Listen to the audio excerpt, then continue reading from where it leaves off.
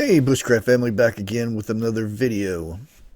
And today it's time for Prep Now. It's a little series I've been doing here lately for my Wednesday shows.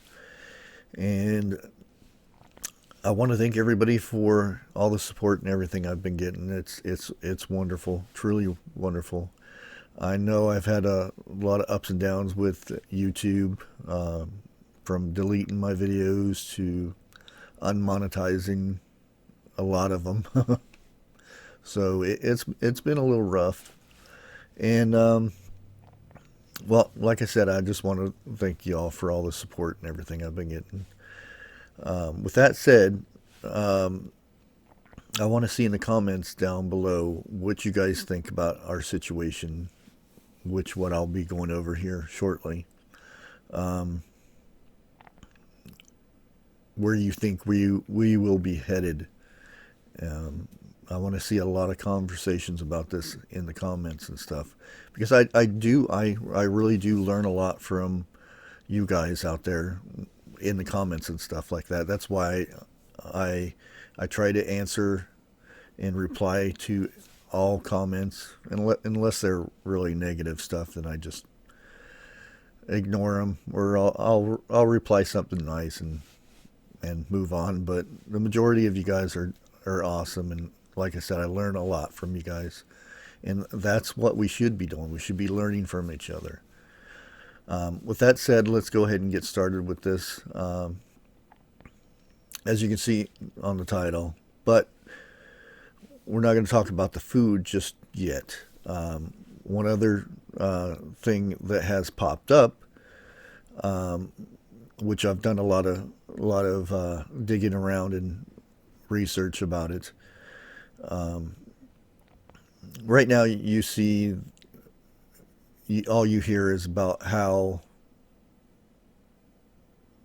the numbers are and stuff like that of in the hospitals. They're at capacity and they can't take any new patients and stuff like that. They're sending people kicking basically because their their beds are full and things like that. Well, that's not entirely true.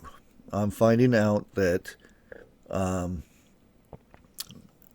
for nurses have to take care of so many beds. They can't take care of too many beds because there's a legal thing. Um, Beds being patients. So with mandates and everything, hospitals demanding that nurses get juiced. That's the thing they do to you in the arm and stuff like that. Um, a lot of them have been laid off, fired, told to go elsewhere, or something in those measures. So they are really not at capacity. They just are understaffed. So they don't have enough nurses to take care of all the patients. Like I said, you have to have there. One nurse can only take care of so many patients. So it's the law type thing. So they say, because there's so many cases and so many unjuiced people out there, our hospitals are at capacity, and that's not entirely true. And with this new thing coming about, Mr. Biden, aka Mr. Potato Head, um, his patients are running thin, and I'm not going to go there, but you know what I'm getting at. Well, there will be a lot more people being laid off in the medical field. So expect like minor surgeries and things like that. You won't be getting any of that done. Majority of your doctor's appointments and stuff, you won't see those things like that. You're going to have to be really life-threatening to go in and actually get care. Um, it's like I said, it's only getting worse. And I'm not saying this to scare people or anything like that. Um, as preppers, we should be prepared for this stuff. And if that's the case, we shouldn't be scared or worried about it. We're prepared for it. And this is just information I'm giving to you. With that said, let's move on to the next major issue here. It is our food supply. Um, where we go to the store and we expect to see things on the shelves that we can pick up and buy and take home and feed to our families. Well, with that being said, Mr. Potato Head's laying down the law, so to speak, um, requiring everybody to be juiced. If you have more than 100 employees, you're required to have everybody get juiced. If not, they have to have a test weekly. If they refuse any of this stuff, they pay major fines. Um, just the thought of being forced. Uh, I don't care if you take it, you don't take it. It means nothing to me if you do or you don't. The thing that irritates me the most is being forced to do anything. And this nation is supposed, it's the freedom. That's our main thing for the United States is our freedom. That's what it stands for. And it just irritates me the way he. Never mind. Let's move on to the food. I don't want to get sidetracked here. Um, let's go ahead and switch this up here. Sorry, guys. Just talking about it. Just yeah. Okay. Anyways, as you can see, Tyson mandates juiced as other major players push for anti poo measures. I'm sorry, I have to say weird things so I don't get in trouble. But you guys all know this.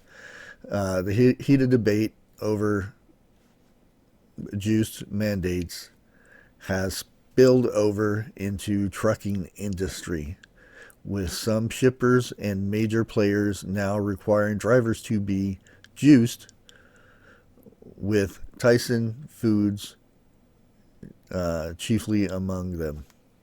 Okay, let's go ahead. We all know this. It's coming, and yeah, they're going to offer these guys $200 to get it done. But I want to go down here. As you can see, we're going to skip a lot of this stuff, but because everybody's heard it and everything. But the main thing I want to look at right here is the numbers right here. Um, CCJ sister site Override indicated that 35% of unjuiced drivers don't trust elites. I wonder why. And would unlikely take the juice under extreme pressures. Or, yeah. Responding to a recent poll, 30% of the company's drivers said they would refuse mandatory juice and force the employer to fire them. That's 30%, okay? Another 17% said they would claim medical or religious exemption. So I don't know if that means they would get the boot or not. Eventually, I'm pretty sure that they would. They'll figure a way to make that happen. Sorry, mouth's dry. So you already have 47% right there. Okay, while 16% said they would quit, almost 7% would comply and get juiced. About 25% of drivers polled said that they had already been juiced. So just look at those numbers now.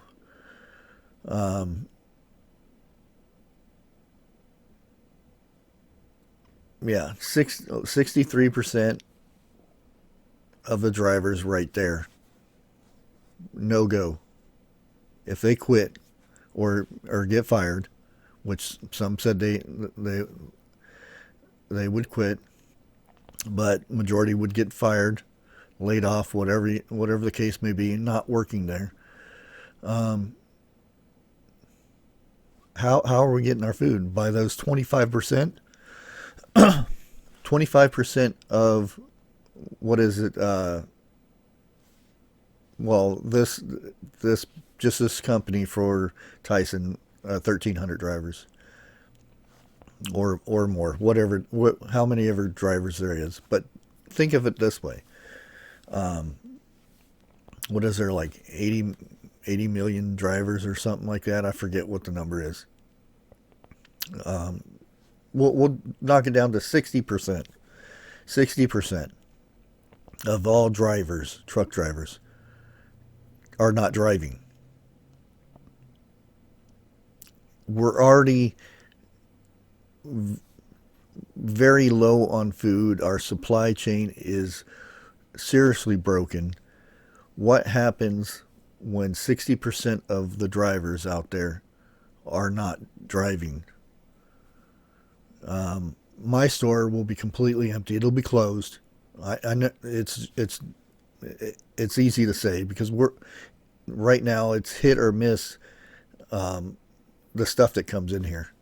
Um, I talk to like other distributors and stuff like that. Whenever I see them stocking the shelves and stuff like bread, um, the soda guy and the chip guy, which there is no chips on in the store right now. But I asked him questions. I said, "What seems, in your opinion, what seems to be the problem right now?"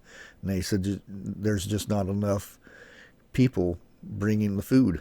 There's not enough supply coming in, um, which means what happens when these truck drivers aren't aren't doing their job? We won't be getting food. Now, if you're prepared and everything, you should have all this stuff. You're ready for this. Like I said, there's no reason to be scared or anything. The next thing is those people who are not, um, they're going to be wanting food and stuff. Uh, it's not going to be it's not going to be too good. Um, and other shippers following suit tackle legal questions, and this is just not Tyson. It's a lot of places that are going through this.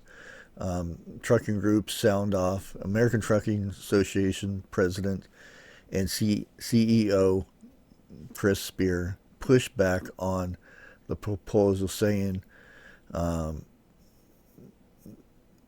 postpone these requirements, however well intended, threatening to cause further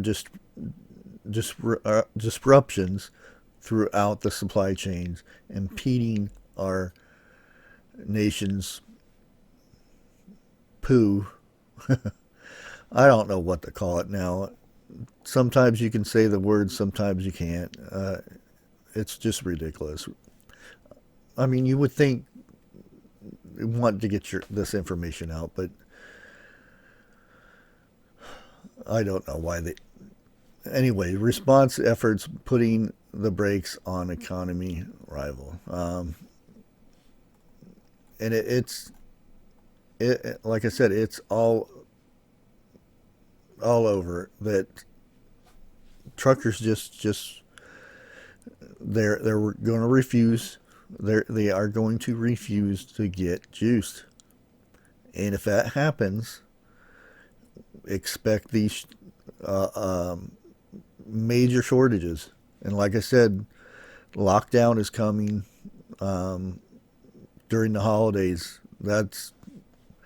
That would be the most logical time to have it. Um, yeah, that's all I can think of. And you'll have your essential workers again and things like that. And but if there's no trucks coming to drop off this stuff in the grocery stores, things are going to get bad. No food in the grocery stores. They're going to start closing down. Um, Mr. Potato Head, what is he going to do? He's going to hire a bunch of helicopters to haul all this food and supplies, drop it into cities and stuff. It's getting bad, guys. But that's what I wanted to put out there for you guys. It's not looking good for uh, the supply chains and stuff like that, because once we're already teetering so much, just one little thing is going to push us over the side to where it's going to break the supply chain. And with that, no food and stuff like that. Winter, long cold winter is coming. So I hope everybody's prepared. If not, if you're just watching this and you're thinking um, maybe I should start preparing, it's you better do it now. That's all I got to say. There's tons of good content out there for people to learn how to start prepping and stuff like that. I do a lot of prepping on a budget and things like that because I am on a budget. So it makes sense to prep as cheaply as you can. Uh, One major thing is make sure you have the water, and a lot of bottled water is very slim to none in grocery stores right now. So something to think about. Um, Again, I want to thank everybody. Please like, share, comment, share this out. Until next time, God bless.